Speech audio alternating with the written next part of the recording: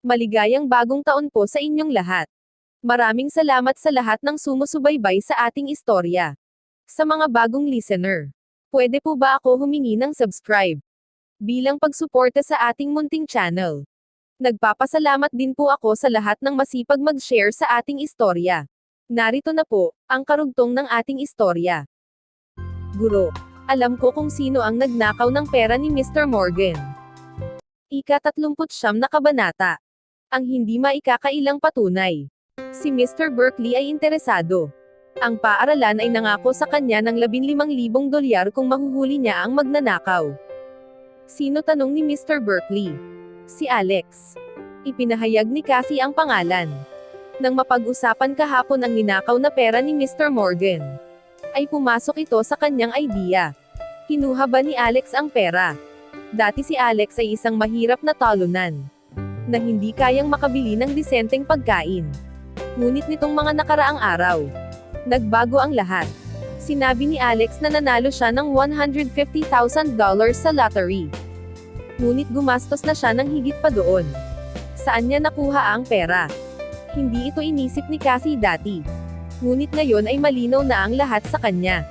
Siguradong si Alex ang nagnakaw ng pera ni Mr. Morgan. Alex, ang lakas ng loob mo. Ang tanga mo para ipakita ang ninakaw mong pera sa harap ko. Galit na wika ni Mr. Berkeley. Nag-enjoy ka na. Pero, sa pagkakataong ito, sisirain ko ang iyong reputasyon. Sa isip ni Kathy. Sa tingin mo, bakit siya? May ebidensya ka ba? Si Mr. Berkeley ay nalilito pa rin. Sinabi ni Kathy kay Mr. Berkeley ang tungkol sa labis na paggastos ni Alex nitong mga nakaraang araw. Mr. Berkeley. Inanyayahan ni Alex si Emily sa De Luca Restaurant para sa pagkain na nagkakahalaga ng $1,000. Bumili rin si Alex ng 6 na mamahaling damit para sa kanyang kasintahan sa Autumn Beauty Boutique. Ang total nun ay higit sa $10,000. At nag-donate din si Alex ng $130,000 sa kawang gawa sa Mountain Village Children. Tumugon si Mr. Berkeley pagkatapos makinig sa kanyang paliwanag. Nabigla siya. Ang kabuuan ay higit sa $140,000. Paano kaya ang kawawang estudyante na si Alex ay nabili lahat ng iyon? Pero hindi siya naglakas loob na tanggapin na lang ang sinabi ni Kathy. Kailangan niya ng karagdagang patunay. Agad niyang tinawagan sina Luke at Darren para tignan kung papatunayan nila ang kwento ni Kathy. Napa-back up silang dalawa sa sinabi ni Kathy. Gumastos si Alex ng higit sa $100,000 nitong mga nakaraang araw.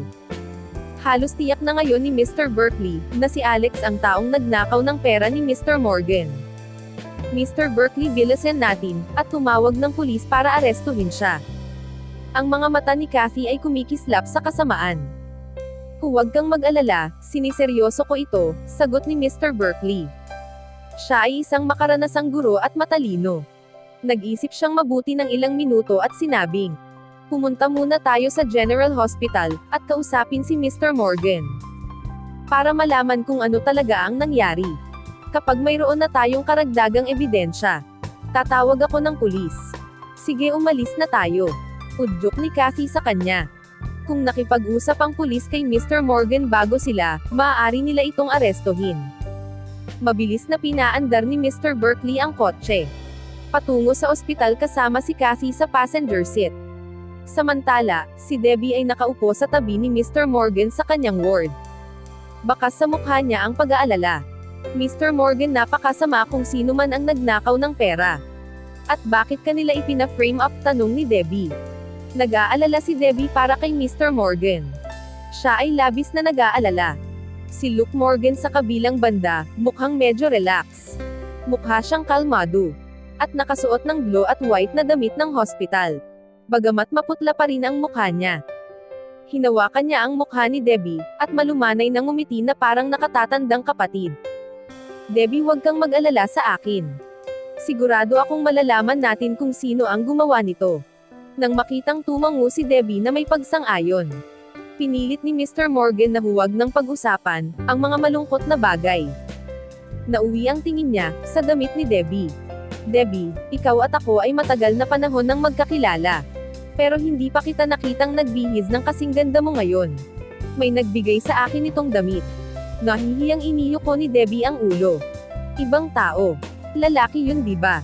Tanong ni Mr. Morgan na may kasamang mapaglarong tono. Namula si Debbie habang mahinang sumagot. Sabi ni Mr. Morgan, ang batang si Debbie ay nagdadalaga na. Ang makita kang masaya. Masasabi kong may kakaiba sa iyong boyfriend. Hinawakan niya ang maliit na kamay ni Debbie. At kaya kang bilihan ng damit mula sa Autumn Beauty Boutique. Mukhang maganda ang ginagawa ng binatang ito para sa kanyang sarili. Debbie, since gusto niyo ang isa't isa, dapat alagaan ninyong mabuti ang inyong relasyon. Naiintindihan mo ba? Sa sandaling iyon ang pinto sa ward ay biglang bumukas. Pumasok sina Kathy at Mr. Berkeley. Bakit ka nandito? Masungit na tanong ni Kathy nang makita niya si Debbie. Sino ang babaeng ito? Tanong ni Mr. Berkeley. Siya ang bagong girlfriend ni Alex, sagot ni Kathy habang naka-cross arms, at may malamig na ngiti kay Debbie. Alam ko kung bakit siya nandito. Sigurado akong nandito siya para alamin ang sikreto ni Mr. Morgan, at makapagsumbong siya kay Alex. Desidido ang babaeng ito na tulungan si Alex sa kanyang krimen. Sumang-ayon si Mr. Berkeley. Anong pinagsasabi mo? Tanong ni Mr. Morgan. Anong krimen? Nalaman niyo na ba kung sino ang magnanakaw? Siya ay lubos na naguguluhan. Mr. Morgan, alam niyo ba kung sino ang nagnakaw ng iyong $350,000?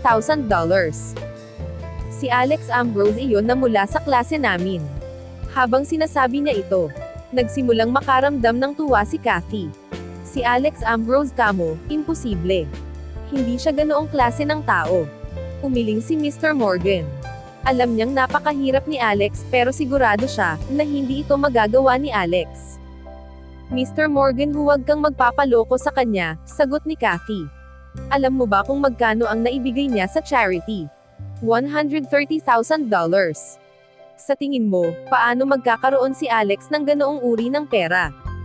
Nang matapos si Kathy, sinuportahan siya ni Mr. Berkeley. Nagtanong na ako sa school, at na-confirm ko na. Nag-donate si Alex ng $130,000 ngayon. Habang matalim naman ang tingin ni Kathy kay Debbie. Siya ang bagong girlfriend ni Alex. Tingnan ang kanyang bagong damit na mula sa Autumn Beauty Boutique. At hindi lang iyon. Marami siyang bagong damit. Sila ay gumastos ng ilang libong dolyar doon. Sa tingin nyo saan siya nakakuha ng pera niya? Hindi, huwag ninyong pagbintangan si Alex, singit ni Debbie.